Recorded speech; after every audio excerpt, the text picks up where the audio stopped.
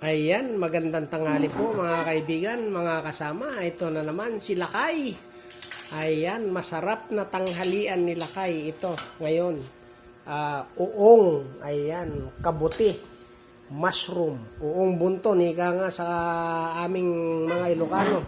At iyan po yung mais, ampalaya at sa uong, sinahugan ng pritong lapu-lapu. Ayan. Yan ang tanghalian po ni Lakay. Kasama sa putahin ng inamo. Ayan. Ayan po ang aking kanin. Ayan.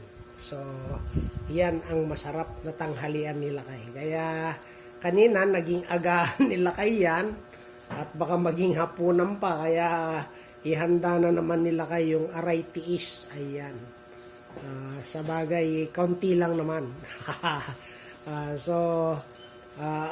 Halina't tikman ang mga lutuin ni Lakay. Ayan.